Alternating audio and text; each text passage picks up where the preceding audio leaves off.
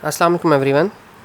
This is D3 exercise 4B और question number 11 part B हम उसका कर रहे हैं, जिसमें हमें तमाम वेरिएबल्स की जो पावर्स हैं उन्हें पॉजिटिव नोटेशन में सॉल्व करना है।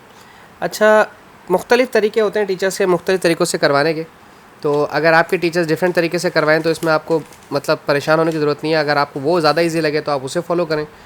आई वुड लव टू। अच्छा, अब सबसे पहले तो हम इस पावर्स को सॉल्व करते हैं, इन पावर्स को सॉल्व करवा देते हैं। ठीक है, सी ये पावर 3 मल्टीप्लाई बाय -2,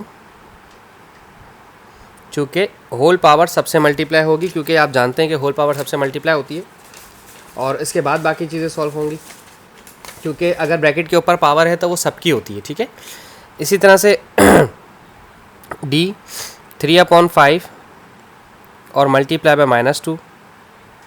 ठीक है, दैट्स ओके, पावर माइनस में थी, कोई मसला नहीं है।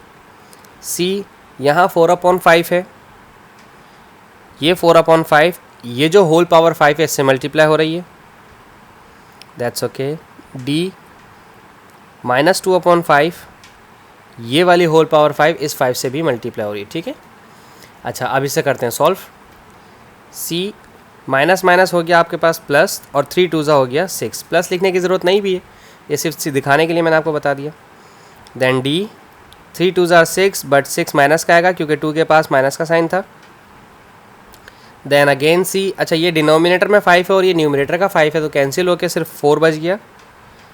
और इसी तरह से यहाँ पर भी डिनोमिनेटर में 5 है और यहाँ भी ऊपर न्यूमरेटर में 5 है, तो ये आपस में कैंसिल हो गए, तो ओनली -2 बचा। अच्छा, अब चूँकि सेम वेरिएबल्स हैं, मल्टीप्लाई हो रहे हैं, तो उनकी पावर्स को हम कर देंगे ऐड। यहाँ C के पास है 6 प्लस यहाँ C के पास है 4, तो ये आ गया 4। देन हमारे पास है D, यहाँ D के पास है पावर -6/5, हो सकता है इसका एलसीएम, यकीनन इसका एलसीएम लिया जाएगा, और प्लस माइनस -2, यानी कि दोनों हैं तो ऐड हो जाएंगे ना, माइनस माइनस वाली ऐड होंगी अभी। अच्छा, C अब हमारे पास है 10, क्योंकि 6 + 4 आपके पास हो गया 10। देन D अब आपके पास है, इसका ले लेते हैं हम एलसीएम, -6 तो एज इट इज़ रहेगा, बट ये 5 2 10, ये इससे मल्टीप्लाई होगा। ठीक है जी, ये तो हो गया C की पावर ओनली 10, और माइनस माइनस प्लस होकर D की पावर हो गया -16। -16 क्योंकि 10 और 6 प्लस हो जाएंगे और ये 16 हो गया। 10 चूँकि बड़ा है इसलिए उसके बाद माइनस का साइन है, माइनस का साइन लिखा जाएगा। ये अब इससे ज़्यादा फर्दर सॉल्व नहीं हो सकता, बट अब हमारे पास कंडीशन ये है कि हमें इसको पॉजिटिव में रखना है। जो D की पावर नेगेटिव में आ गई, इसको पॉजिटिव में करना है, क्योंकि उन्होंने कहा था कि पॉजिटिव इंडेक्स में होना चाहिए आपका आंसर। तो डिनोमिनेटर में जब हम लेके जाएंगे D को, चूँकि जब भी पावर नेगेटिव हो तो उसको रेसिप्रोकल कर दें, ऊपर है तो नीचे ले जाएं डिनोमिनेटर में, और डिनोमिनेटर में है तो ऊपर न्यूमरेटर में ले जाएं। ऐसा नहीं है कि हमेशा नीचे जाकर ही पावर नेगेटिव से पॉजिटिव होती है।